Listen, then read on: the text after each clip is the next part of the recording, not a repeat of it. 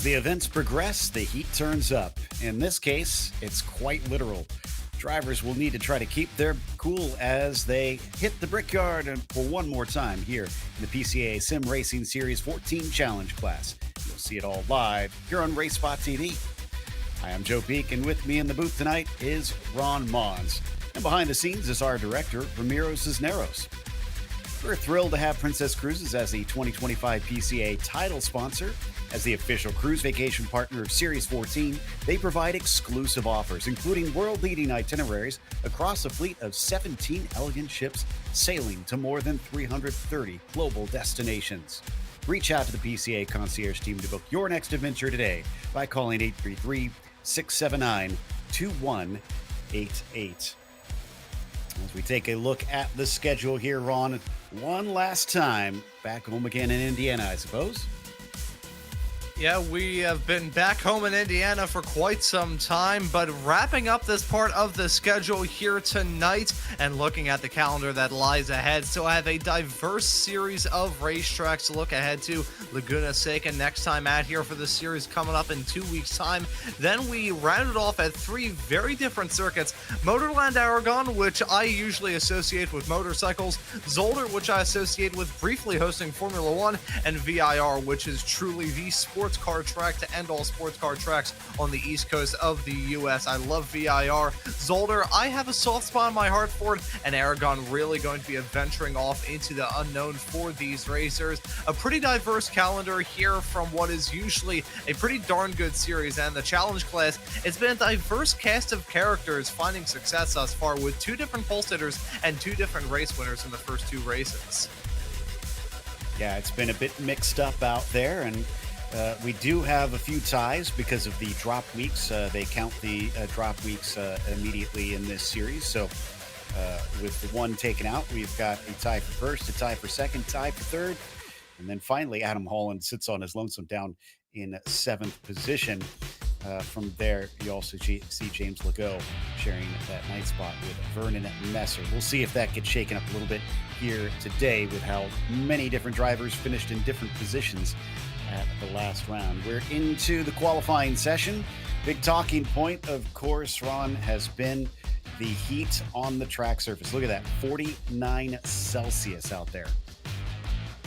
See, I'm going to say this. This is a quip that popped into my head right as you're doing the broadcast open, Joan. You can let me know if our other esteemed colleague here at RaceSpot, Mr. Ewan O'Leary, or you've made this joke.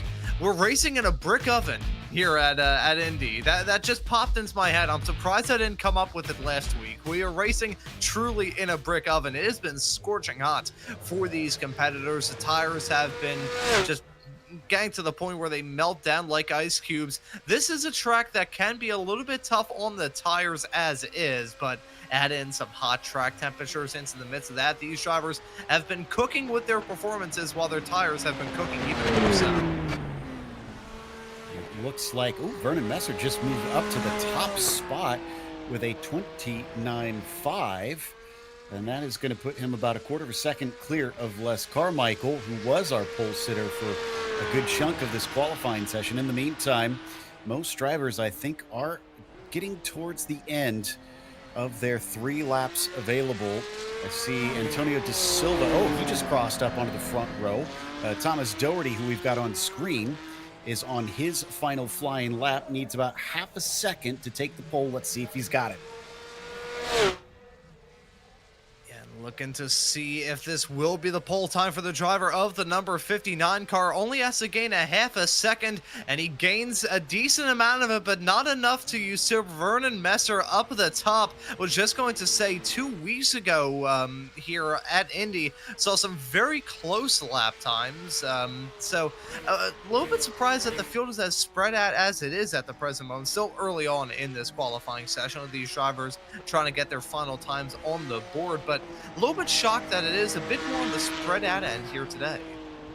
Yeah, especially considering that it's not a super long lap, doesn't have too many corners out there. De Silva has already taken all 3 of his laps, so he can't improve from this position here in third. Doherty obviously just took his last one up to P2, half a tenth off of the pole time. Trippett is done, and it looks like Markussen is as well. Is anybody able to set a time? No. Andrew McCune is sitting stationary. He could try and take off, but he doesn't have enough time to get around to complete a lap since they end the session as soon as it hits zero. And it's not one where you can keep carrying on the hot lap. So very interesting that we've seen it solidified this early on. Every driver apparently very eager to get out there and get their 3 laps in. And what's rather fascinating looking through the order as it's set currently with a tick over a minute and 15 seconds left to go in this session, your second row comprised of Antonio Da Silva and Les Carmichael. Those are the 2 drivers that have started from the pole thus far in the first 2 races of this season. It was Carmichael who led the field to green in the opening round of the season at Spa, and at Watkins Glen 2 weeks ago was Antonio Da Silva who was your pole sitter there. Da Silva looking to bounce back after a rather unfortunate way that race at Watkins Glen ended for him. Was on track for a victory and then bad rub of the green towards the end, handed it to Todd Goldberg at the end of all of that. But Da Silva and Carmichael not going to get their second poles, as with 35 seconds left on the clock, looks like Vernon Messer going to keep on the streak of different pole sitters in the races here thus far this season, and it may not be a big gap between himself and this man Thomas Doherty in the number 59 machine, but it's just enough to get that number 1. Yep. It doesn't matter if it's a thousandth or if it is 10 seconds. He is on the top spot, and that is what matters. Track position has proven to be quite key, especially with the heat out on the track, making it a little bit difficult to try and pass. And one of the reasons that has been important is because with this heat, when that sun is relentless, you should make sure that your sunscreen should be too. Mo Hansom's new sports sunscreen spray is now available. It's SPF 30, broad spectrum, and reef safe. Plus, this spray is water resistant for up to 80 minutes. It's even TSA travel sized and made in the USA. This protecting spray is perfect for 120-degree Indy track surfaces. And to prove it, tonight's driver of the hottest lap in qualifying will receive a 2-pack of Mo Hansom's Sport Sunscreen Spray. Learn more at their Instagram at Mo Hansom Skin and at their website, mohansom.com/sunscreen. And as you were saying, it looks like that top spot going to wind up going to Vernon Messer, along with a little bit of sunscreen to help him smile that little bit more after today is over. We'll see whether or not he can convert that into a victory as we wait for the warm-up to complete. And pretty soon we'll take a look at Vernon's lap. Here it is right here. Talk us through, Ron, on what makes for a quick lap around Indy. Well, this racetrack is really one of a kind, in a facility that's one of a kind as well. There's nothing like the Brickyard. There's nothing like the Indy Road Course originally built back in 2000 for Formula One. It has some unique turns, and this is probably one of the most dangerous and treacherous first series of corners that we'll have from the entirety of this season. Turns 1, 2, and 3, a relentless assault on these cars, and still not over as you head your way off into turn number 4, a curved braking zone. Really tough to try and find that apex as you head your way back on the power all through the 5 and 6 chicane. That was one of the modifications that's been made to this track over the years. That was added in back in 2014 to bring the Indianapolis Grand Prix onto the road course starting that year, and it gives you a good enough run at a good enough head of speed as you head your way down into turn number 7. Similar to turn 1, with a very dangerous curve on the inside, heavy braking zone and a bit of bottlenecking action. Really tough to try and go through there side by side, but if you can make it work, it will be golden. That was 8 and 9 that we saw. Another one, the changes made to this track over the years, heading your way back onto the high banks very briefly as you head your way out of 11 and back on the brakes into turn number 12. 12, another turn similar to 1 and 7. You got that killer curb, you got the bottlenecking, heavy braking zone into a 90-degree turn. Can be a good overtaking spot. Now, we saw this corner, turn number 14, the final bend around this track, be a bit of a source of trouble in the past few weeks, past couple of races that we have seen over the past week here on RaceSpotTV. Saw some drivers sliding out of that turn in the pass, keeping the throttle down, building that momentum all through the turn as you're turning and having to deal with that rather nasty transition from the apron back onto the banks of turn number 1. Can be very tough. Let's see how these racers are going to tackle the challenge of this track in this 1-hour race that lies ahead. Indeed. So Messer on the pole position is going to have Thomas Doherty to his outside, with Antonio De Silva starting from third and Les Carmichael in P4. After that, it's Johan Nye from the fifth position as Ed Trippett starts in sixth this week. Then it is Jeffrey Block starting from seventh. You've got Robert Galais in P8. Sean Bailey on the inside of that fifth row. Top 10 going to be rounded out by James Legault. After that, it is Keith Markison in 11th. Anthony DiVincenzo is going to be starting in at 12th. Alex Lidback is in 13th. Then the outside of row 7 goes to John Kaplan, 14th. Dave Jones is P15 and David Sauntry in 16th. Jack Stevenson going to be starting P17 today, followed by Aiden McCune in the 18th spot. Last car on the grid going to be Lisa Eskridge here today. So a slightly smaller field for our challenge class. Should still be a challenge for them, no doubt, as they're all going to have to deal with extreme heat on the track surface, as this is set in the middle of the Indiana summer in the sim. Just about a minute left, and based on what we've seen so far, I'm very curious how clean they're going to be able to make it into that first corner, because it's been a pretty good record these 2 weeks, Ron. It's just the other turns on the first lap that have seen some drama, ironically. Yeah, as much as I said in the track guide, and we say a lot whenever it's a broadcast at Indy, doesn't really matter what series you're commentating at, you always have to talk about the challenge of turn number 1. It can be a huge choke point. You see it a lot in real life, whether it be IndyCar races, whether it be the F1 races that were here from 2000 all the way up until 2007, whether it be down to NASCAR's brief stint on this road course. Doesn't really matter what the case may be, it is always a point of contention. But as you just said, Joe, really every other part of the track, specifically turn 4, proved to be a bit of a challenging point for these racers in past weeks. We'll have to see if we can keep that streak going of having clean runs into turn number 1. A silent assassin in my book is always turn 7, very similar to turn 1 in the just textbook definition of it all, but a lot of people usually put so much worry into turn 1 that they completely forget about turn 7, which is just an absolute menace of a turn in its own regard. We saw a lot of incidents there last night in the sport class. So yeah, I agree. It's something the drivers do need to keep an eye on, as we see them lining up along Holman Avenue now, and soon they will be released behind that safety car and be on their way. Messer going to be trying to get as good a jump as he can get coming down into that first corner. You see the onboard perspective of the 911 car there for a brief moment. Do love some of the paint schemes that they implement in this series. Drivers tend to try to get pretty creative out there. In some cases, with some of the drivers, Ron, having their own Porsches, I've even seen a few of them match their real Porsche livery.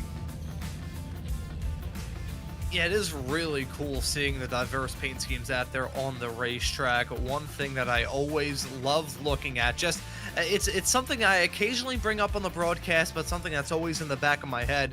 Good-looking paint schemes. As a guy who got into racing as a kid, as so many of us have, you always want to look for the cars that look the coolest. Sure, if they are running fast and running up at the front, that's fine.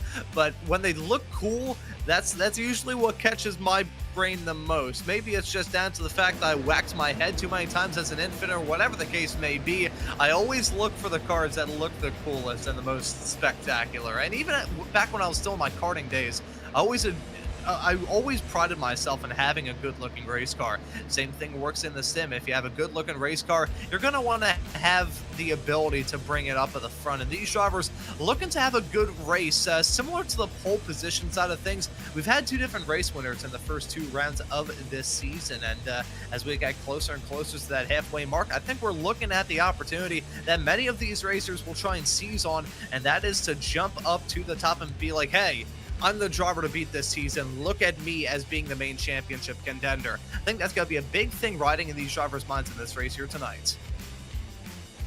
Probably going to be watching out for Jeffrey Block a little bit, our current points leader, who is going to be starting all the way back in 7th. He's got some work to do if he wants to make it a second win.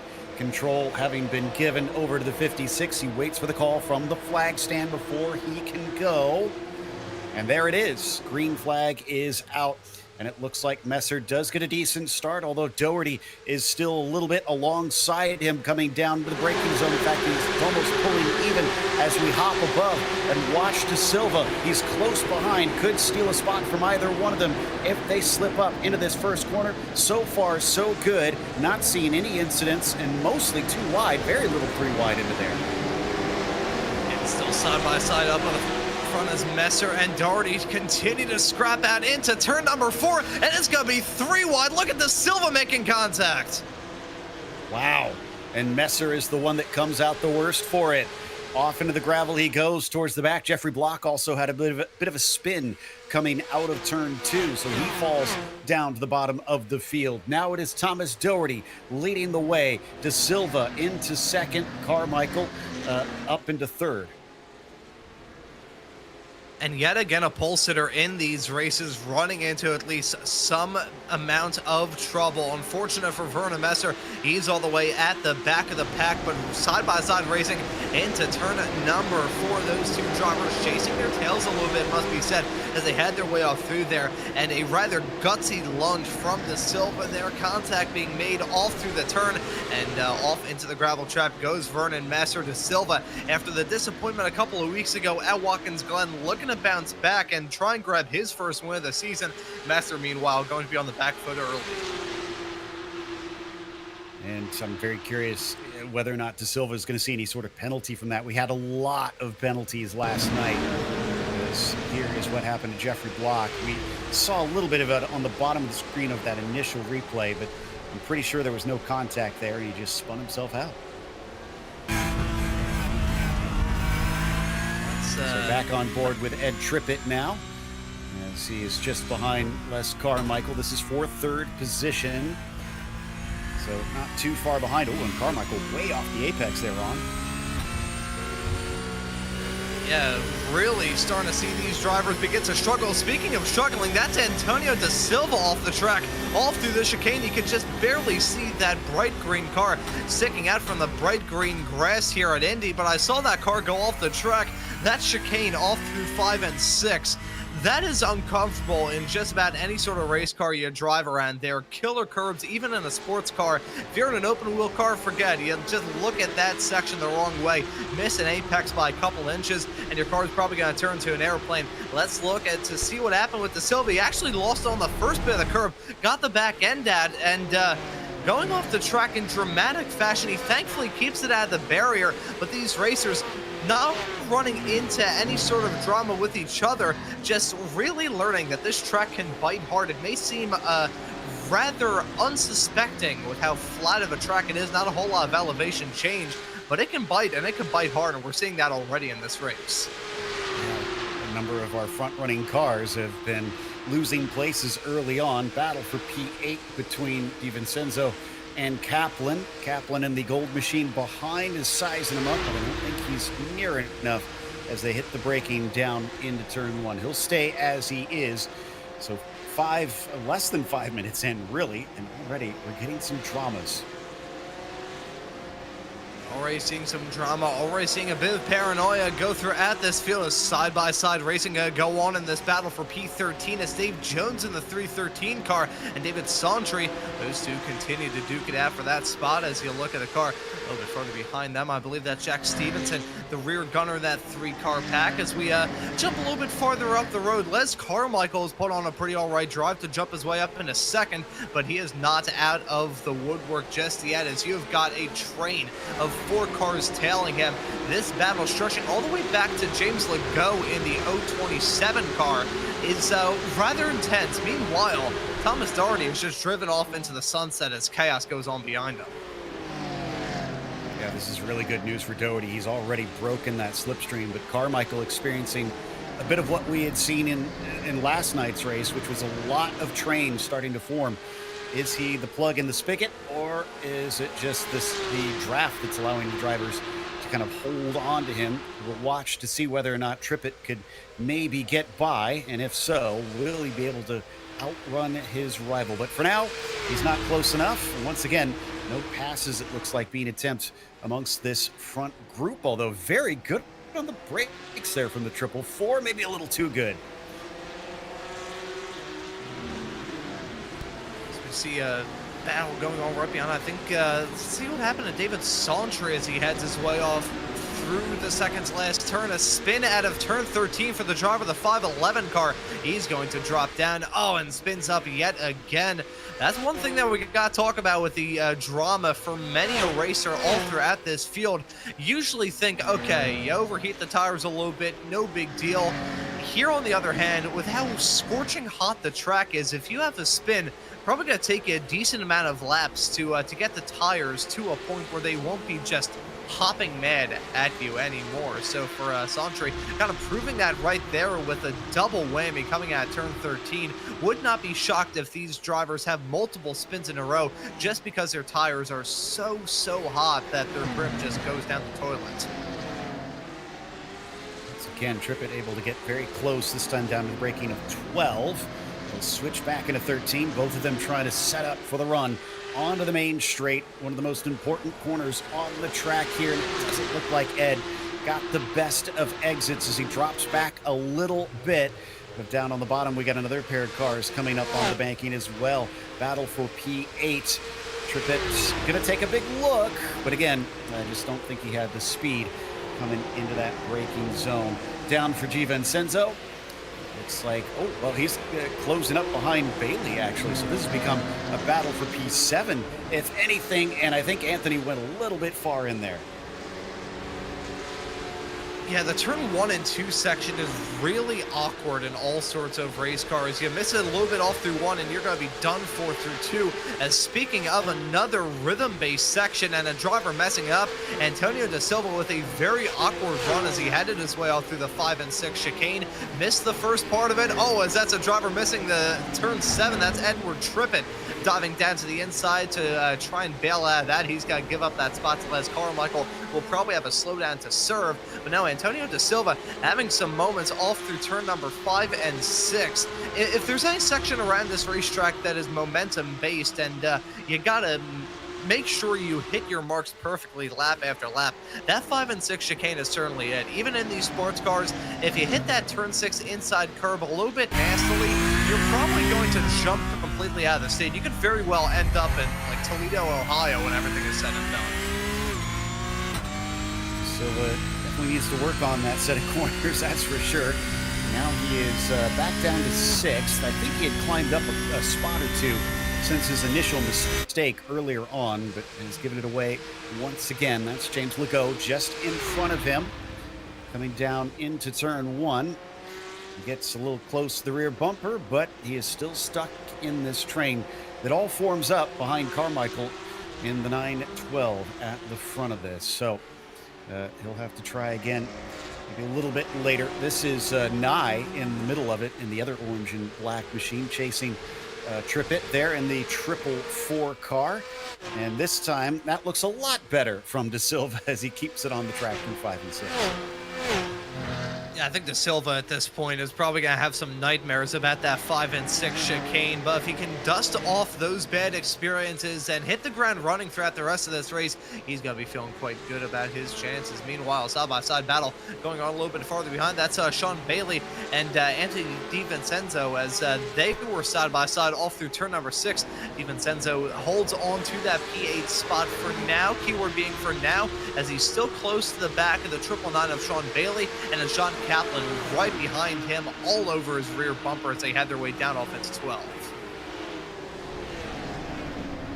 I haven't seen any change this time. Somebody having a little bit of an issue. Was that Da Silva once again? Yeah. I think he had a half spin.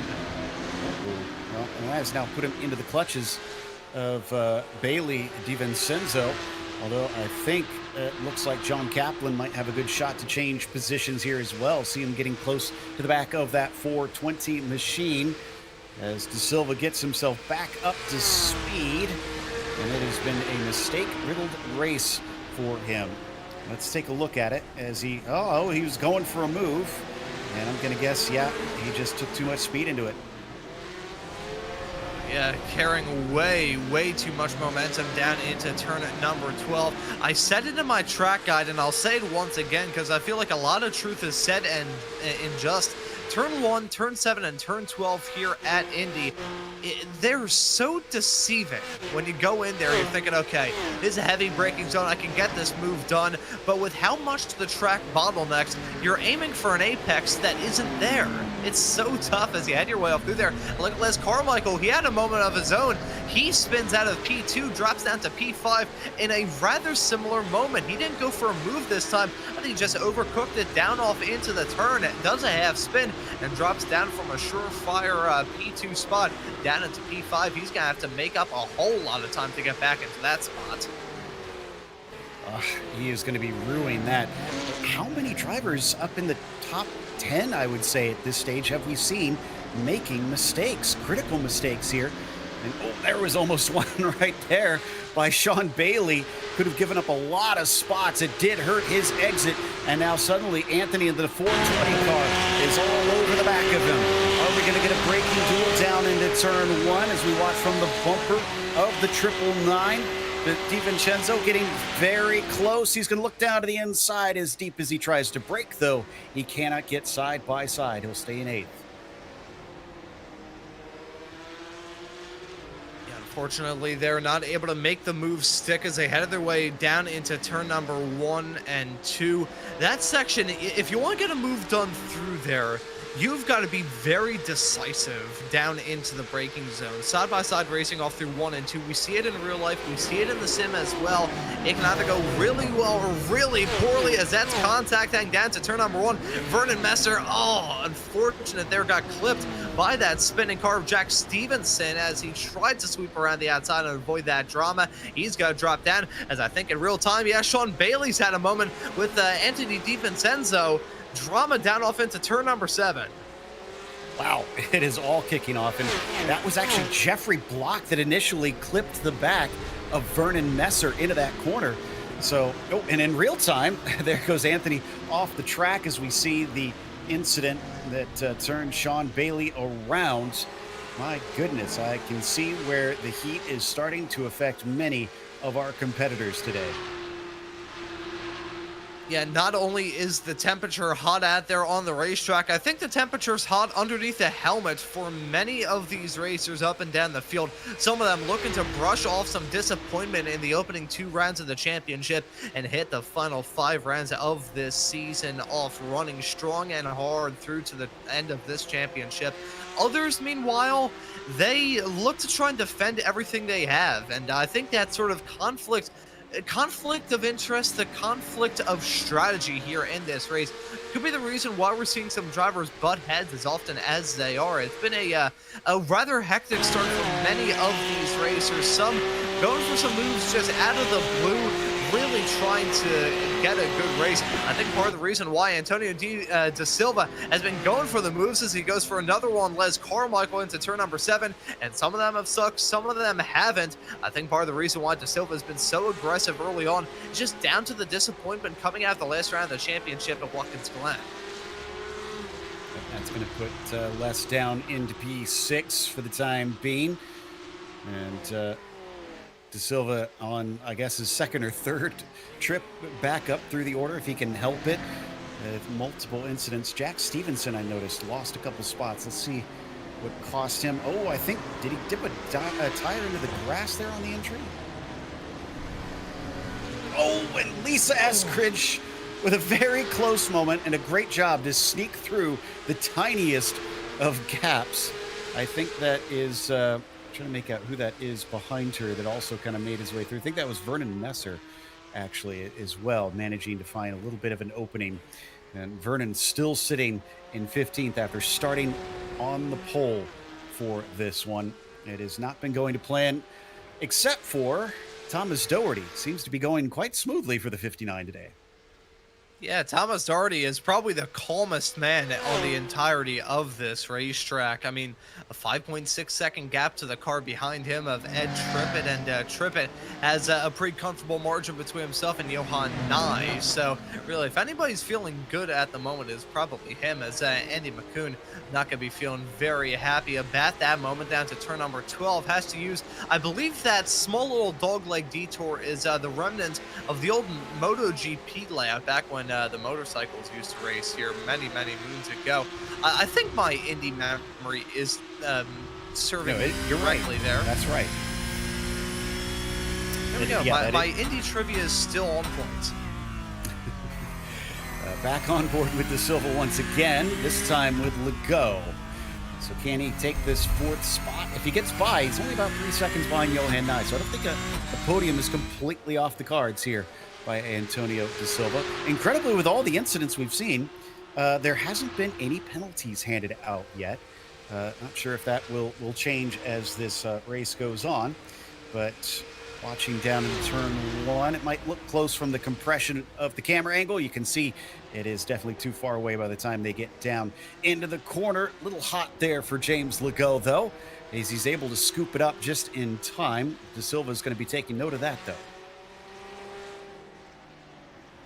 Yeah, I gotta wonder what the thought process is underneath the helmet of the number 24 car of Antonio De Silva. As Anthony DiVincenzo has a half spin heading off through the final turn. I mentioned that right in the track guide and proving my point right there. But no, I gotta wonder what the thought process is for Antonio De Silva at the present moment. You know, you think about the first 10 minutes of this race and how they went.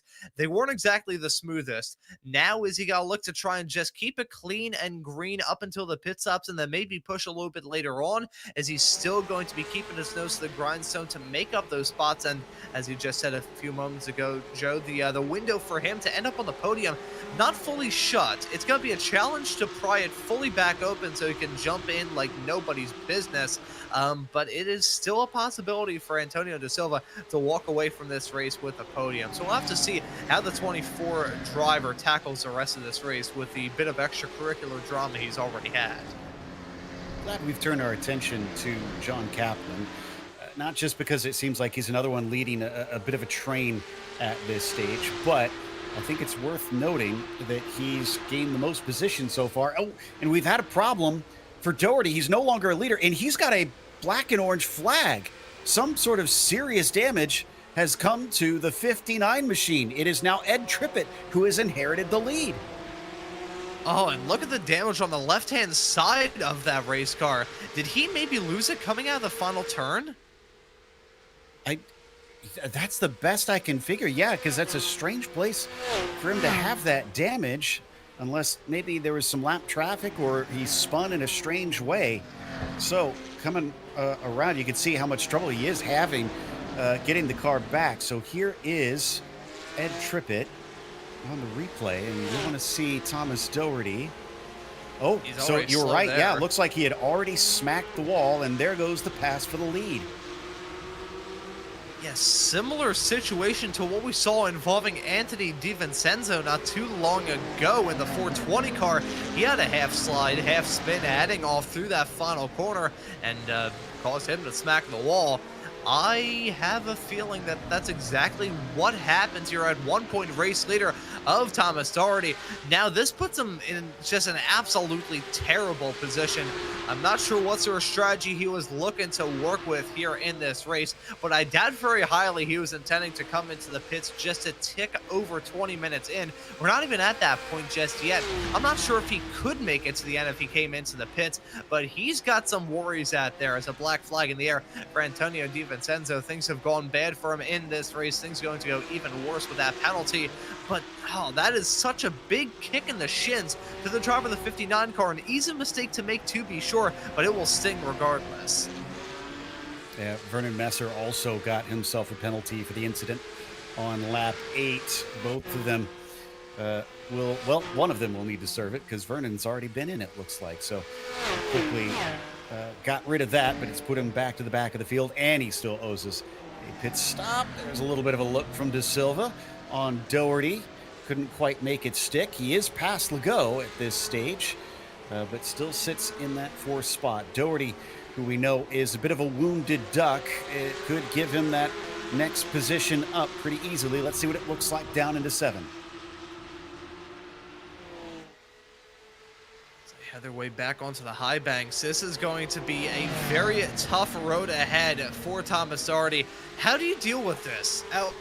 Like, what sort of strategy do you try and go for to just do damage limitation? Because at this point, I think the chances of Thomas Doherty recovering and getting back into the lead and winning this race, I'm not going to say it's a complete zero chance, but I wouldn't be putting money on it if it were myself. So if you're Thomas Doherty, how do you deal with the rest of this race? That is the real question that I'm sure he's asking himself presently as we catch on some of the moments. Andrew McCune had a similar moment to what he had not too long ago down to turn number 12 as David Sauntry had a half spin coming out of turn number 9. That A9 section, whoa! The Silva with the dive.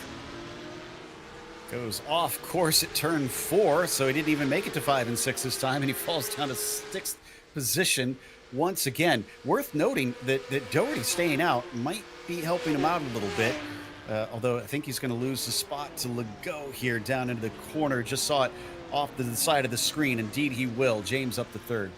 But I get the sense that maybe Thomas is trying to extend this stint and plans to come in to get to the finish and take the spare car that he has waiting in pit lane. Granted, he is within the pit window, but you know, it's always a little bit more ideal to pit later than earlier in these cars. Yeah, when it comes to him staying out to do a little bit of damage limitation, you got to think of the yin and the yang when it comes to that as well. Because, yeah, he's setting himself up for a better run a little bit later on, giving himself a shorter second stint and elongating this first one, because usually most of the pit stops come within the final 25 minutes of these races, not within the first 25 minutes of these races. So, for him, I'm sure he's got the numbers, and we haven't really seen him drop down like a stone thrown into a pond. I mean, he's lost down some time, but it's not like it's not like he's dropping down the field like an anvil pushed out of a helicopter. He's still doing all right for himself. If Thomas Doherty was just losing time as if it was going out of style, then you'd probably say, you know what? As much as I'm going to have to swallow my pride a little bit and come into the pits a little bit earlier than I maybe had in mind. I don't think Thomas Doherty has that worry in his head, able to put in some consistent lap times, and plus with Antonio Da Silva and Les Carmichael fixing to battle up for P5, I think Doherty, I'm not saying he's like the coast is clear, because I mean his car still looks like it's ready for the scrap heap, at least he's on the got to left-hand pit this side. lap though. Yeah. That's the thing. He's got the meatball flag, so he's pushed it out. But if he doesn't come in this time, he's going to be DQ'd. And I was a little surprised that he carried on this lap as well. So let's watch and see whether or not no, he's staying out. He's going to be gone here soon. I'm wondering. I mean, you've done this stuff a heck of a lot longer than I have, Joe, so you're probably more familiar with all this than I was, but I was not aware of the fact that iRacing would disqualify you after not serving a meatball flag, and yeah, there it is. You're exactly right. Thomas Doherty out of this race, the more you know, and for him, that's game over. Wow, and he pulls off to the side. He realizes it now. I'm not sure what his plan was there, if he just simply, he wasn't aware either that he only had limited laps that he could run on that one, but that's a very harsh lesson that he has learned. While Da Silva still sitting in 4th, could have been on the podium by now if it weren't for multiple incidents. The really difficult thing for Thomas Doherty is we have to remember one of the new rules this season in PCA, if you are disqualified for whatever reason, you get 0 points. You don't even collect the 19th place where Thomas is likely going to wind up. Yeah, so insult most certainly being added into entry. I gotta wonder if he wasn't familiar with that rule as well. Yeah, I've been commentating iRacing events for 3 years now, and I swear I've seen some drivers run with meatball flags for a very long period of time and not run into any sort of difficulties. I wonder if it's something with the strictness. Either way, though, doesn't change the fact that Thomas Doherty, the first driver completely out of this race, despite the amount of incidents we've seen, I haven't seen a driver retire. The only person, in fact, that's one lap down is Andrew McCune, who's had multiple moments down to 12. But Thomas Doherty, not only going to be classed down in P19, not only picking up a disqualification, going to leave this race with 0 points added into his tally. And for the driver who looked like he was on track for a victory a little bit earlier on, that is going to sting. I can't even say that's rubbing salt into the wounds. That's like rubbing battery acid into the wounds. Well, that's pretty intense. So as the drivers continue on now into lap 17 of this race, we're just about at the halfway point. One thing that we do want to give a quick shout to, while it looks like it is calmed down slightly, is we want to give a mention to our sponsor, Princess Cruises, the 2025 PCA title sponsor, in fact. And as the official cruise vacation partner of Series 14, they provide exclusive offers, including world-leading itineraries across a fleet of 17 elegant ships, sailing to more than 330 global destinations. Reach out to the PCA concierge team to book your next adventure today by calling 833-679-2188. All right, so down into turn 12. There was a close moment there. And for the time being, I do believe that John Kaplan will hold on to that 6th place. Keith Markison, though, obviously looking quite eager. Doesn't look like he's going to get the shot here as he's too far back off of the final turn.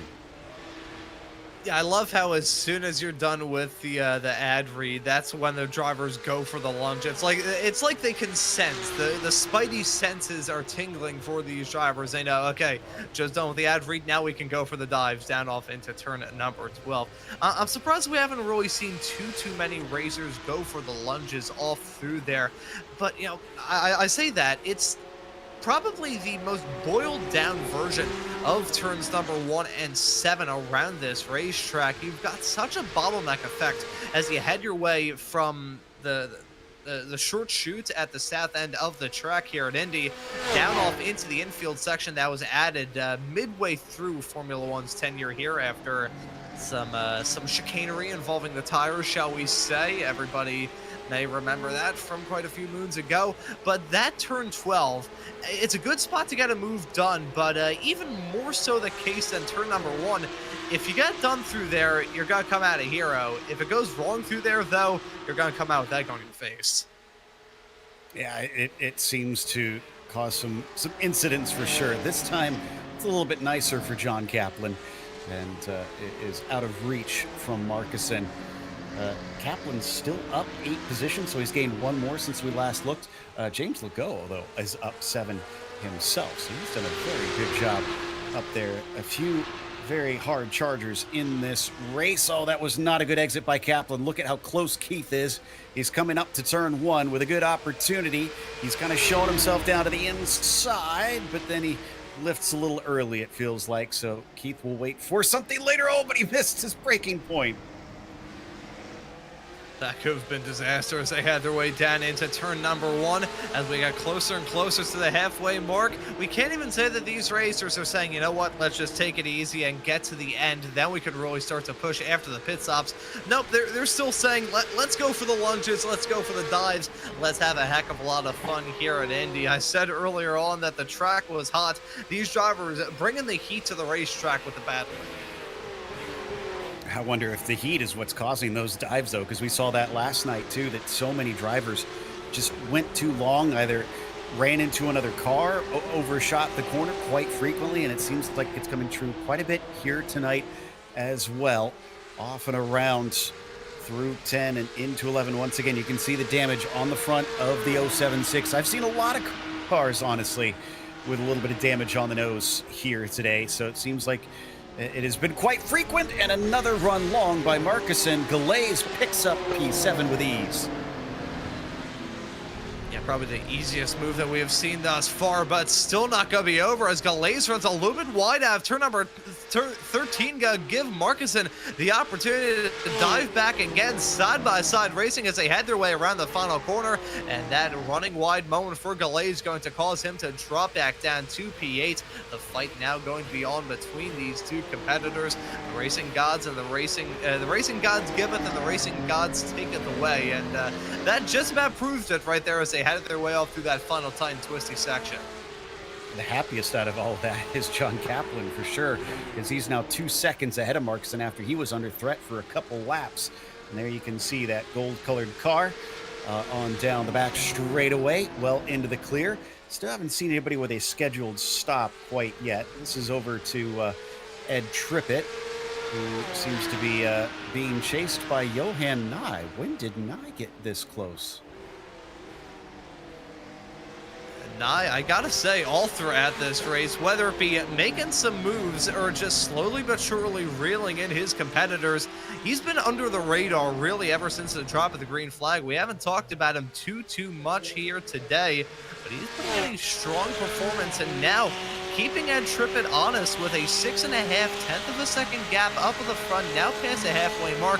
Johan Nye looking to give us a battle of note to talk about at the front of the field as we get to the end of this first stint. Let's see whether or not Nye could really either get this move done or maybe force Trippett into a mistake, which can be done very easily here at Indy. You've seen a lot of mistakes today. That's a good point. It might behoove you to just put the pressure on and see what happens. Gives you the easier pass that you've had much of the day, I'm sure. Trippett, though, not blinking through the chicane. He'll keep Nye behind him for the time being. Who's going to blink first in terms of pit stops? Bailey, Santry, and McCune have been in, but all of them on my time and it's going to showing much too long for being a regular stop. We've been seeing times between 9 and 12 seconds for much of the pit stops for drivers taking fuel. As we see these competitors, I wouldn't necessarily say settle into a groove, because every single time I say that, that's usually when they decide to go 3 wide or some sort of shenanigans goes on out there on the racetrack. But these drivers have hit the point of the race where they do have to do a little bit of mental gymnastics, not only continue to push their race cars to the absolute limit when the grip really just isn't there, but they also have to worry about those pit stops coming up soon, as I believe that was McCune, who was stopped on the outside once again, heading off through turn number 12. We've seen him go off through there. The braking zone very tough as you try and turn and brake at the exact same time. But no, these competitors do have to play a little bit of mental gymnastics as we get closer and closer to that awaiting pit cycle. As we watch De Silva, I mean, think of where he could be if he hadn't have had his mistakes. So many of the leaders have fallen by the wayside. I feel like De Silva, currently 11 seconds behind the leader, probably could have been about those 11 seconds ahead. Instead, he's still trying to keep James Legault from being a problem in his rear view mirror. You can see Legault there in the red, white, and blue machine just behind him, and that is Les Carmichael as well in the orange and black that's close to being a part of this fight too. So all of them down to the braking of turn 7. They'll stay in that order. De Silva 3rd, Legault 4th, Carmichael 5th.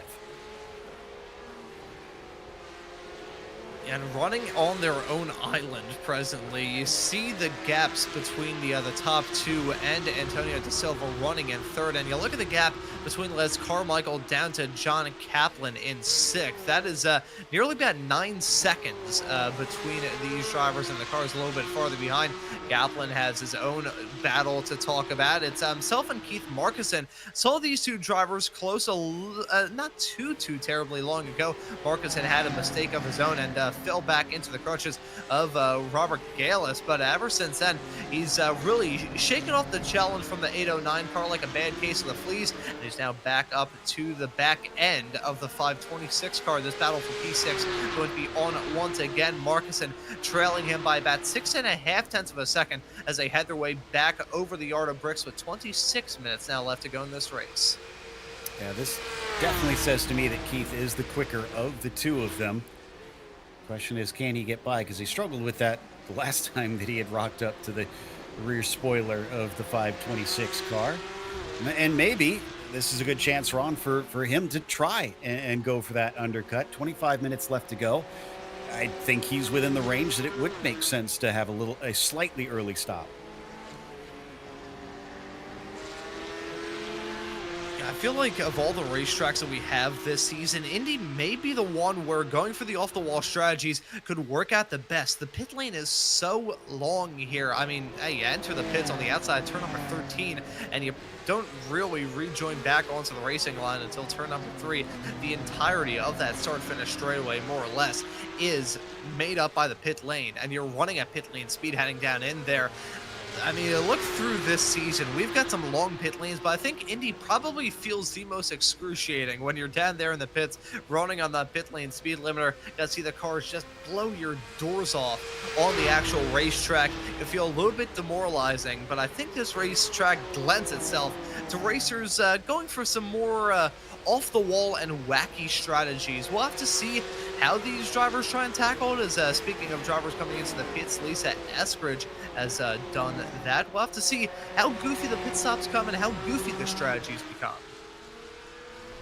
Eskridge, the first one, I think. Oh, no, it's still a long stop. Lisa in there for 17 seconds. Not sure what that's about, unless she had a little bit of damage to repair or something. It's a bit strange. It's interestingly enough, I think the shortest we've had, no, excuse me, Vernon Messer has been in and out, so at about 7.5 seconds. I think that is a standard stop for Vernon. Should be able to go to the finish from here. Trippett still under a bit of threat from Johan Nye, though, getting down to as close as half a second for a brief moment there from the 141. Both of them taking slightly different lines down into turn 12. Either of them gonna maybe elect to pit in. I would be not surprised if both stayed out, and indeed they will each stay on the circuit, but getting closer. Nye looking like he's had a good run here. Sean Bailey, not a good run down into turn 1, though. Yeah, not the first time we've seen a racer have a moment like that down into either turn 1, turn 7, or turn 12. I always talk about how similar those turns are.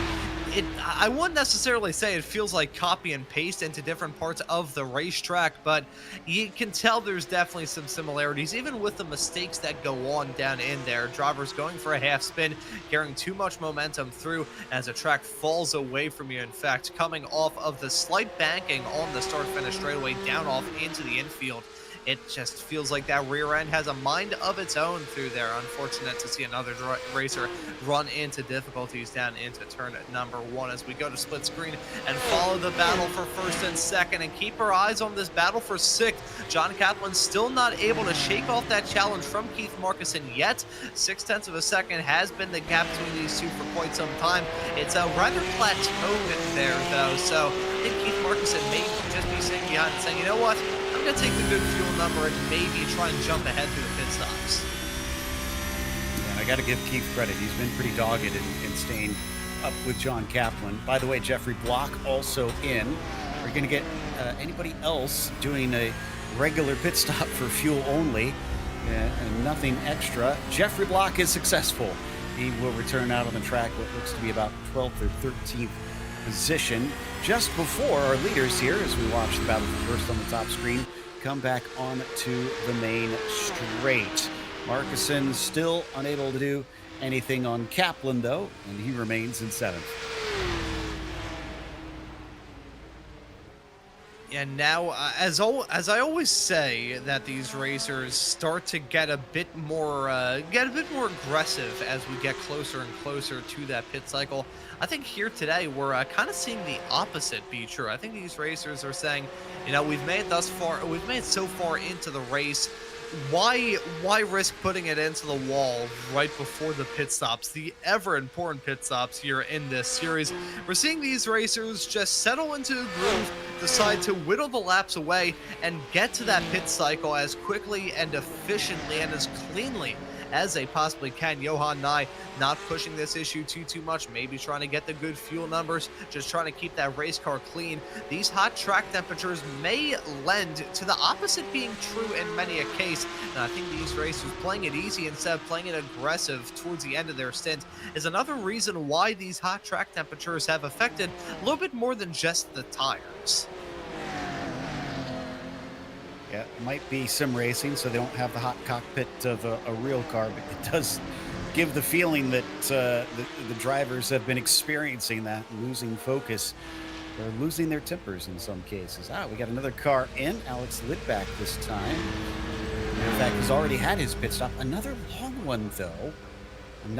Maybe drivers are leaving tires turned on and realizing too late it's not long enough for a full tire stop, but maybe enough time that it's what's extending it out here. Thought I saw some smoke as Lidback just went by the pit exit there. Trying to figure out what was going on. Yeah, you may make a fair point there in terms of why the pit stops have been so long. While the other series that we cover here on RaceSpot, gonna hold off on that point, as Sean Kaplan and Keith Markison going to go side by side. I thought they were going to do. Markison gonna hold back in tow. But now, while the other series that we cover here on RaceSpot TV is the Radical Americas Championship, and those racers have to do 2 pit stops and two fuel stops alone. They don't pit for tires in that series. Those SR10 tires usually rather resilient, and the races round about the same length here in the PCA, about 60 minutes long for those races. And I've seen many a driver, both rookie and experienced, make that mistake. It could be a matter of pixels between you ticking off that tire change box to uncheck it or not being able to hit it in time as you're driving around the racetrack. Sim racing presents a unique challenge in the sense that these racers kind of have to march to the beat of their own drum in terms of being the driver and the livery designer and the setup tuner and the strategist. There are so many things that these drivers have to do that a small little mistake like that may not seem like a lot. It can come down to a matter of pixels, but those small little pixels that you may miss out pressing a button could result in you either finishing in P7 or dropping down outside the top 10. Right now, the top 10 does seem to be a difficult one to reach for a lot of the drivers. One quick mention of our sponsor once again, Princess Cruises. They are the title sponsor for PCA in 2025. And as the official cruise vacation partner of Series 14, they provide exclusive offers, including world-leading itineraries across a fleet of 17 elegant ships sailing to more than 330 global destinations. Reach out to the PCA concierge team to book your next adventure today by calling 833-679-2188. We haven't seen Keith here cruise past Kaplan quite yet, but he's getting very close once again. And out of the corner of my eye during that ad read, I thought maybe there may have been a chance for him to pass down into turn 1, but no such luck yet, Ron. Seeing that come to fruition just yet. We still have 17 minutes left to go in this race, though, so certainly enough time for Markison to maybe get that move done. Who knows? He could do it through the strategy. Do want to raise that Ed Trippett and Johan Nye. The gap between those two is really spread out now, up to a second and a half between those two competitors. Not sure if Nye has had some sort of moment or if Ed Trippett has really just kicked on the Cuisinarts, but that gap growing between those two competitors up at the front of the field. Nye has been an under-the-radar driver throughout tonight. I already said that a little bit earlier on in the show, but still rings true. And unfortunately there, the one mistake that he has looks like it's going to cost him a little bit of time in the most important section of this race as a pit stop's near. And speaking of, looked like it may have been a little bit of traffic that held up Johan Nye and caused that gap. As Carmichael into pit lane, as you mentioned here, should be in and out pretty quickly. Jeffrey Block right now is the highest driver to have pitted. Carmichael might actually be out at about the time that Jeffrey Block comes around. So he's very tentative, though, into his pit stall. He does make it, but that's going to be a lot of time given up here as Jeffrey Block is coming through 13, in and out. A nice smooth stop for Les, about 10.5 seconds, and he will be out ahead of Jeffrey Block. So now the 912 is our highest pitter. Yeah, And Carmichael has had a wild race in his own regard, up and down the field, running into occasional bits of drama and difficulty, looking to end this race on a high note and keep that momentum rolling. Your pole sitter at Spa for round number 1, yet to visit victory lane, as we've had Jeffrey Block and Todd Goldberg do that up to this point in the season in the 2 races we've had thus far. Looks like, just based off how things are looking currently before the pit stops, that we would keep that streak going unless there's a big change of momentum right at the very end, which I will not rule out. That's the wonderful thing about iRacing. As soon as you say that something isn't going to happen, that's when the racing gods prove that it can and probably will happen. Something happened to Andy McHugh. Oof. Big catch, good catch right there, honestly. Just touching the grass a little bit, locked him up, and looks like hopefully kept it out of the barrier. Yeah. Didn't hit anything, but unfortunately lost a fair bit of time. So we come back to Kaplan versus Markuson. Now for P5 instead of P7, thanks to a couple cars pitting. As most drivers tend to be pitting in about 12 to 10 minutes left to go. I imagine we're going to be seeing a huge chunk of them visiting the lane shortly. Yeah, it's probably, I can't even say a slow trickle of drivers coming down pit lane. It's going to be the floodgates opening, everybody coming into the pits in one shot. And one more thing to raise in reference to the pit stops that I neglected to mention 1 week ago during the during last week's broadcast, as I choke on a sip of water from a few moments ago. These racers do have a bit of a challenge on their hands in terms of the pit lane speed limit. One thing that always catches me out is the pit lane speed limit ends a little bit later than you maybe think it would, as we are going to see a pit stop here in the form of John Kaplan making the call to come down pit lane. Keep an eye on potential pit lane infractions. It always catches me out, but very good reason why I'm behind the mic instead of behind the wheel. Yeah, I understand that feeling. So, down to the lane for John Kaplan. Is this going to be what Keith Markuson needs now that he's got some clear air to get by this gold 526? And because there aren't as many cars as we've seen in some of the races so far, he does have to traverse for quite a while before. Now you can see all the boxes lined up. Hits his mark nice and tidy, aiming for that 9 to 10 second pit stop. Jack Stevenson, though, is back out. He's a lap down from Kaplan, so that wasn't for any sort of position. And Kaplan, with a very quick stop, 8.6 seconds. That is blisteringly quick. That is a super, super good stop, as here comes Ed Trippett down into pit lane. Your race leader throughout a decent chunk of this race now comes into the pit. What will the order of the day be for the 444 car? Hopefully it's not pit lane speed penalty, as we see him locking it up big time, trying to get woed up into the pit. Not seeing any black flag in the air for Trippett. I think he may have gone away with one there. You saw it a few moments ago with a pit lane exit. That's always so tough. Pit lane entry, though, it does come up on you rather quick. Those double yellow cones to signal the start of that pit lane speed limit as you bend your way around the pit lane entry can come up on you rather quickly. I'm sure there have been many cases of drivers locking up those tires just to try and get woed up, dragging an anchor through asphalt to avoid that black flag. Indeed, you got to charge those cones to make the most of it. Johan Knight then inherits the lead naturally, since he was chasing on our leader, but he still owes us a pit stop. This difference could give him a chance. Could he pull the overcut instead and overtake our leader, as Trippett is done and back out already? So he will return in 6th place. And the good news for Ed is he is in clean air.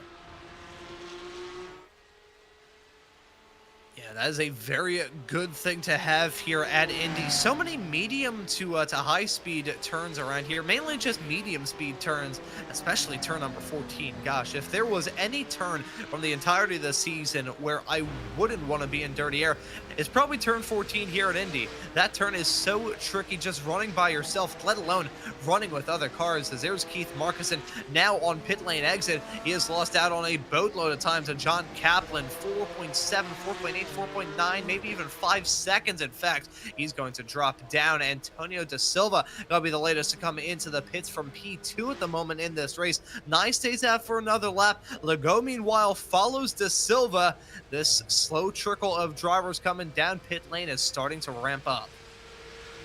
Indeed. So we still need Nye. He's decided to stay out. Looks like Galais is also going to be staying out this time. Dave Jones is coming in. And that takes us down to Trippett, who has pitted. But it's not going to be close between himself and Da Silva, most likely. It's Nye that we want to watch out for. As there is Ed just continuing on down the track. I'm a bit curious about Kaplan versus Markussen. Like you said, that's a big gap between them, and there was about 2 seconds difference in their pit stops, but that doesn't explain 5 or 6 seconds between them. And in fact, Markussen off screen has been fighting with Jeffrey Block, who is on the attack.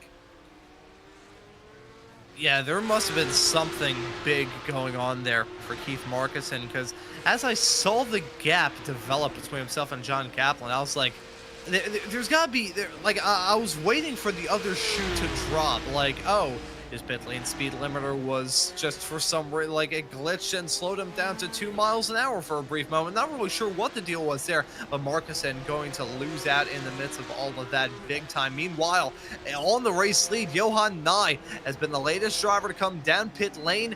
This is the money stop here at Indy tonight. And I think Nye has a good chance to maybe try and jump Trippett.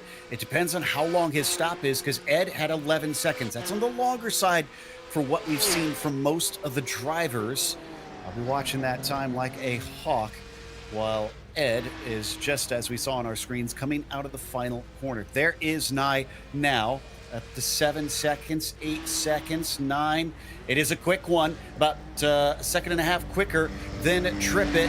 That might be enough for him to jump ahead of him as Ed is coming down towards the pit exit, but there goes Johan Nye, and it's going to be side by side coming into the corner. Who will come out ahead between them? Nye's got his nose ahead. He's on the outside of the turn 2, which switches to the inside of turn 3, but his tires are not up to temperature, and Trippett will barely sneak by.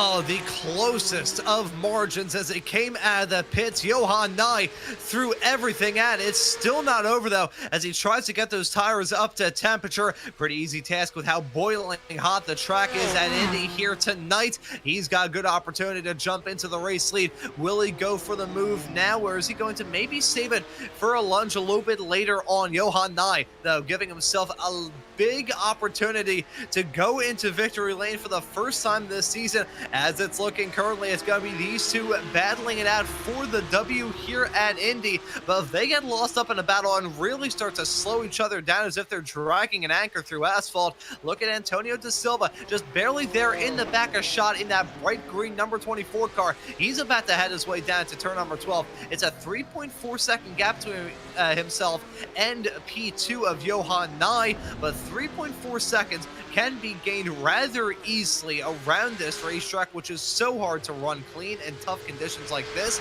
And when you throw in a side-by-side titanic battle with two racers looking to get their first win, a driver like Antonio Da Silva has a real good shot to close up that gap sooner rather than later. And I got to give credit to Antonio, because he's up back to third, and like you said, has cut this down tremendously to those top two. So he's still in it with a shout. Interestingly, though, he's still exactly where he started, which was third place. You can usually tell a hot driver by how many positions he's gained in the race, especially after the pit stops. And speaking of hot, when that sun is relentless, your sunscreen should be too. Mo Hansom's new sport sunscreen spray is now available. It's SPF 30, broad spectrum, and reef safe. Plus, this spray is water resistant for up to 80 minutes. It's even TSA travel sized and made in the USA. This protecting spray is perfect for 120-degree Indy track surfaces. And to prove it, tonight's highest climber is actually also going to receive a 2-pack of Mo Hansom's Sports Sunscreen Spray. Learn more at their Instagram at Mo Hansom Skin and at their website, mohansom.com/sunscreen.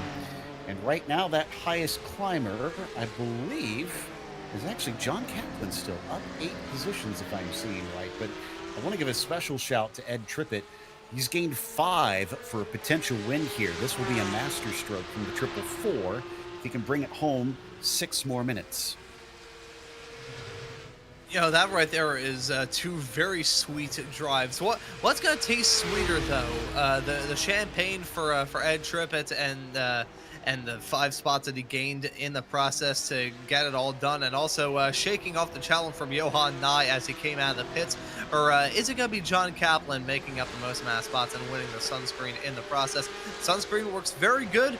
I personally wouldn't eat it if it were me. I'd probably prefer the champagne. I can't actually say that since I'm under 21. But I think Ed Trippett gonna be very happy that even though he's not going to get the most amount of spots gained, he's still going to get that win at the end of tonight. Holding on to that race lead though with the slimmest of margins. 0.6 of a second is by no means comfortable. That 444 driver is probably sweating bullets underneath that VR headset as we get into the final 5 minutes. No doubt he's feeling pressure. Also, if you're eating sunscreen, I think there's conversations we need to have behind the scenes here. Oh, I ate paper clips as a kid, so Wow. This is explaining some things. I've been keeping an eye on De Silva as well, because you mentioned how close he was getting, and he did gain by about 0.3 that last lap, although it looks like he might lose some time this lap. I'm not sure what cost him. I was going to say if he could keep it at 0.3, he would get close, but not quite close enough to trip it with how few laps are remaining. If there had been one less spin, one less off track there, De Silva actually probably still would have had a realistic shot at the victory today. You know, with De Silva and the race he's put together, you take out that bit of drama in the first 10 minutes and probably the hit of confidence that came along with it. Because, I mean, it doesn't matter who you are. If you go off the track in the exact same part of the racetrack twice in the first 10 minutes of a 60-minute long race, it's going to get into your head ever so slightly. I think De Silva has been able to dust himself off quite well after that.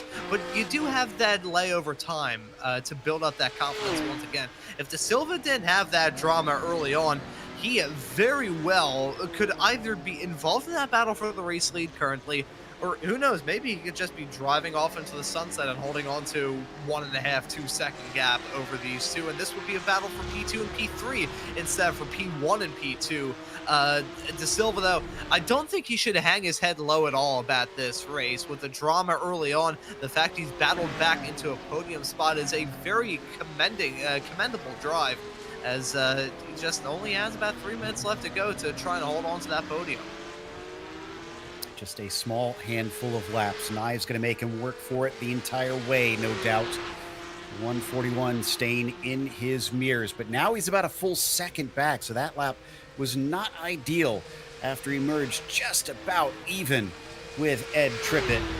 2 laps to go, I believe, if my timing is right on this one, coming across the line there. They do have some lap traffic in the form of DiVincenzo. That could make or break this race for either driver. Yeah, those lap traffic encounters so tough to manage here at Indy. It's not the widest track in the world. It's quite narrow, especially with the grass shoulders around here. No margin for error, whether it be battling for a position or whether it be battling with a lap car just to get that move done. You gotta get done right, and you also have to hope that the luck of the green is on your side as well. If you catch them up in a really bad spot of the track, it is going to be a huge detriment. That's a huge slide from David Santry off through turn number 1. Not the first time we've seen it here today, unfortunately, for the 511 cars he spins around. So more time lost for Santry. He's currently down in 16th. We've actually only had 4 cars get lapped, other than Thomas Doherty, who is our only DNF currently after his DQ a little bit earlier. They're still catching up to Anthony, who will make it 5 cars a lap down if they can get him in about a lap's time. Ooh, is this going to be 1 lap? This is going to be very close. Watching to see. Ooh, this might actually be 2 laps to go this time. They cross without 133 left. And it looks like that making life nice and easy. Anthony, very heads up in this situation. He's going to allow them to pass and won't get in the way.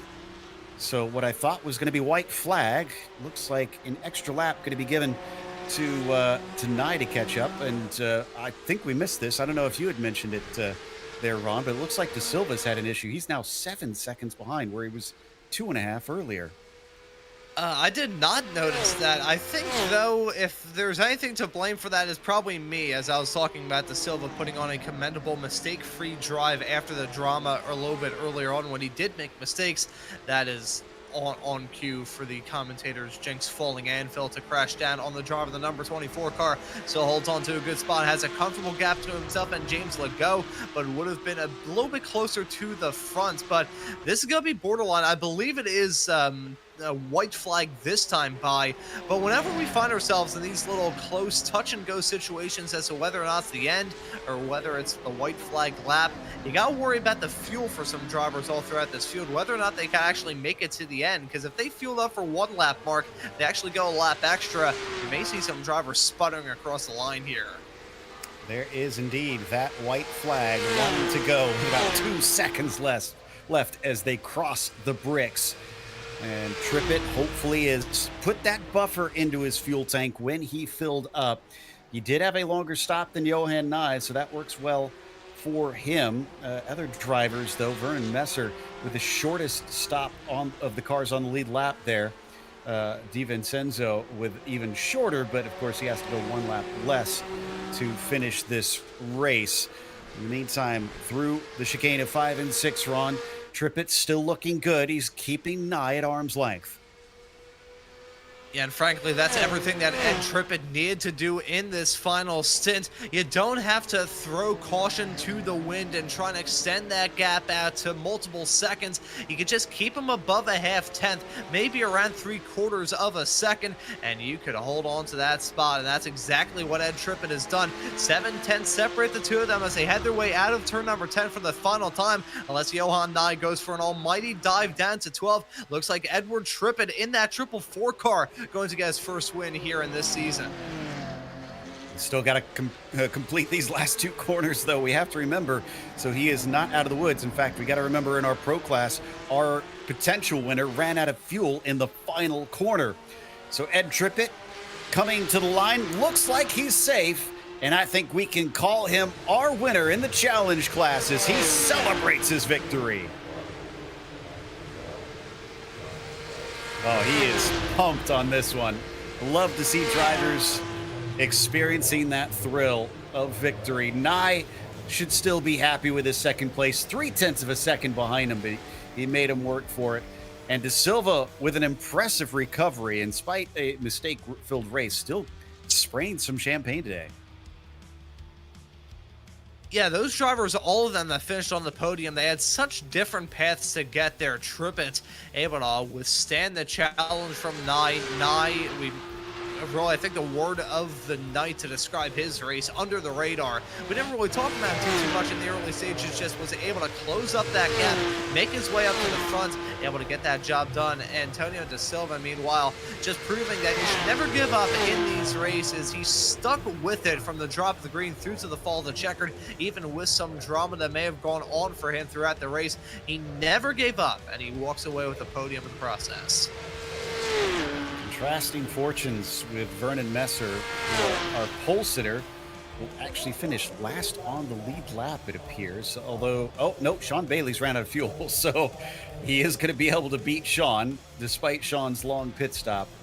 And Vernon, is also running out of fuel right here at the end. So there were a couple drivers that cut it just a tad too close, but Vernon had enough to go by the 999 machine, who doesn't even look like he is going to reach the end of that final lap. But here is our results. Ed Trippett, your victor over Johan Nye by a bit of a smaller margin than what we had seen in the previous races. Antonio De Silva with a nice third over James Legault in fourth. Les Carmichael, another driver that made mistakes out there today, but still gets a top 5 to his name.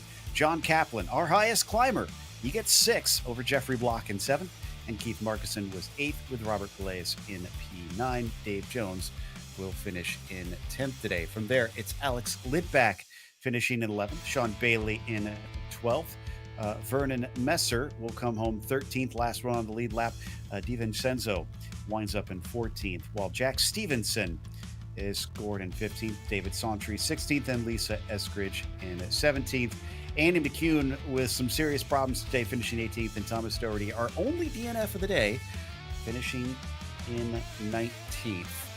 Let's have a little chat with Ed Trippett. Hopefully he hasn't lost that excitement here after coming home with his first victory of Series 14. Ed, as we watched you cross the line, it looked like that one meant a lot to you.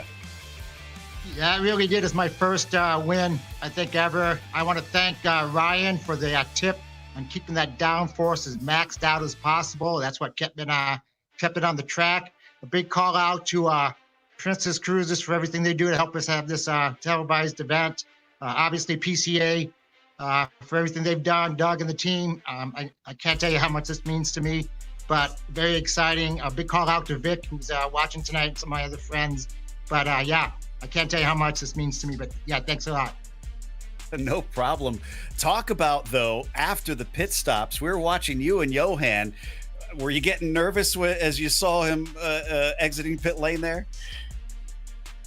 No, I'm not really nervous. These guys are really great drivers. You know, they drive hard, but they drive respectful. So I just knew I had to get there. And I think it was, I'm not sure who was side by side. I mean, I'm not looking at anything but the road in front of me. So I have no gauges. I'm in VR. So it's all like I'm really in the car. So, you know, when a car comes out, I sometimes just don't know who it is, other than I know I don't want them ahead of me. So that's what that was all about when I came out of the pit. But in the end, I just needed to keep my head down.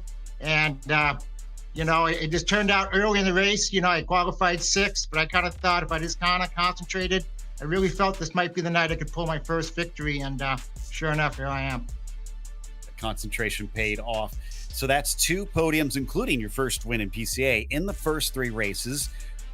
That has to be a good sign to you, I imagine, for the remainder of the season.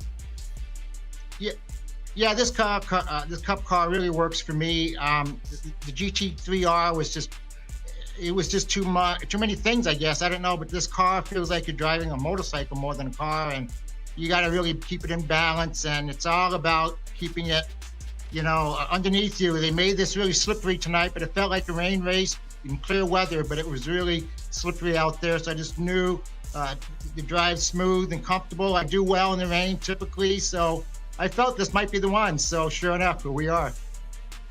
Well, again, can't congratulate you enough. Go celebrate and enjoy your win.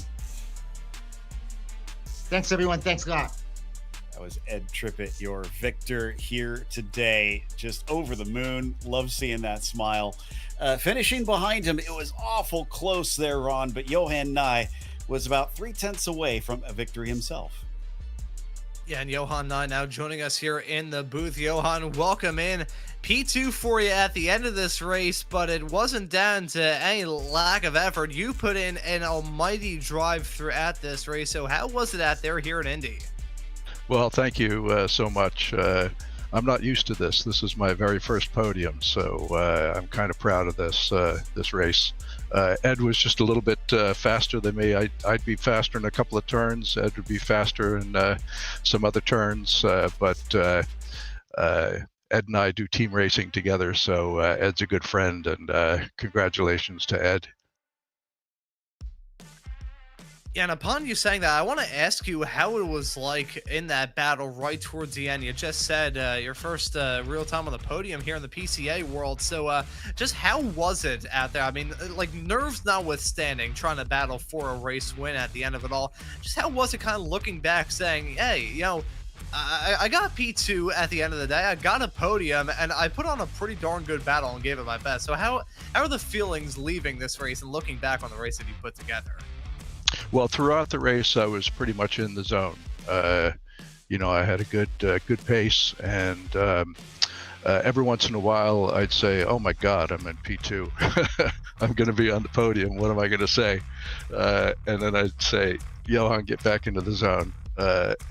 So yeah, I was in the zone throughout the whole race. pretty much. And Ed's just a little bit faster. I had my chance on pit exit. I think I was a little faster in the pit than Ed was. My strategy was to go as long as I could so that I'd have the least amount of fuel. And Ed and I were door to door for a couple of turns there, but he got ahead of me, and that was the race. Yeah, so a very good drive for you here at Indy, and I want to ask you what your thoughts are heading off into round number 4 of this season at Laguna Seca in 2 weeks' time.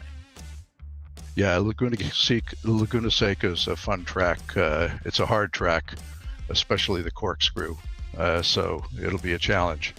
But I want to thank a few people. First of all, my wife Susan, who's my biggest fan. I think she's watching right now.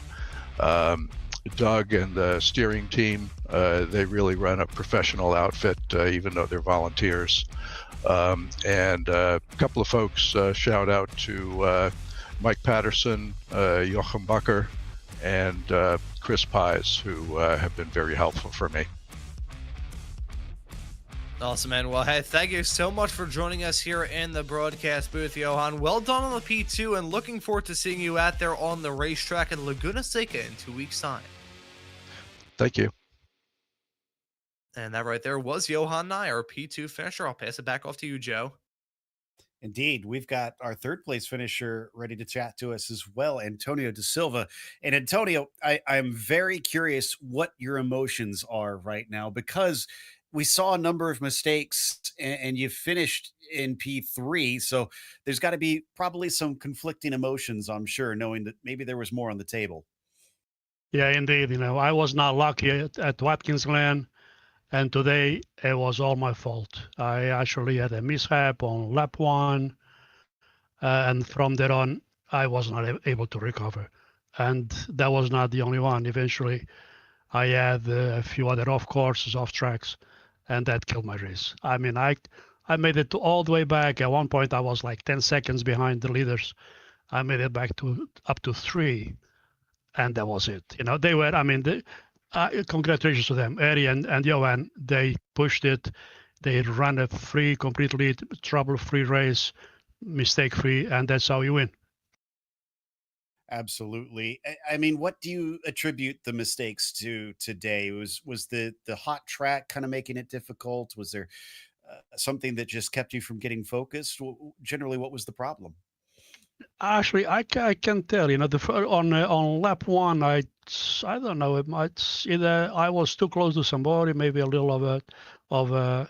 I mean, I know that I almost went all the way to the wall. I was able to somehow control the car a little bit and come back, but that was from there on. I was already saying this is over for me, and then eventually I had another mistake and made it even worse. I thought I actually could win this race. I did a lot of practice. I put a lot of time on it, and it didn't work. Well, too bad. Yeah, but I mean, we've been focusing on the negative here. I want to put a positive spin on things. You look at your results, back-to-back thirds, and that's when you've said you haven't had good races. You got to feel pretty good knowing that there's thirds even on a bad day. Surely a win is somewhere down the line. Indeed, the third actually is really good. I think I actually had the fastest lap of the race, and it's rewarding. But surely, when you think that you have it in the pocket and then you lose it, it's too bad. And I'm looking for Laguna Seca, and maybe we'll get a win there. I think that there's definitely something to it. It looks like the speed is there, and congratulations on a podium. Thank you so much, Joe, and the broadcast team. Thank you, guys. That was Antonio De Silva finishing third today. And that is going to close out our interviews as we heard from Antonio. Up next, we've got Laguna Seca for the Challenge Series. That's going to be in 2 weeks' time, of course, and that'll be on October 23rd. However, We will be at Laguna Seca in just less than 1 week when we come back Wednesday night, October 15th, for the pro class. A big thank you, by the way, goes to the steering committee at PCA Sim Racing, as well as to our team tonight, Ramiro and Ron. Thank you so much for watching tonight's broadcast of PCA Sim Racing. I'm Joe Peak, and until next time, race clean, race hard. We'll see you on the track.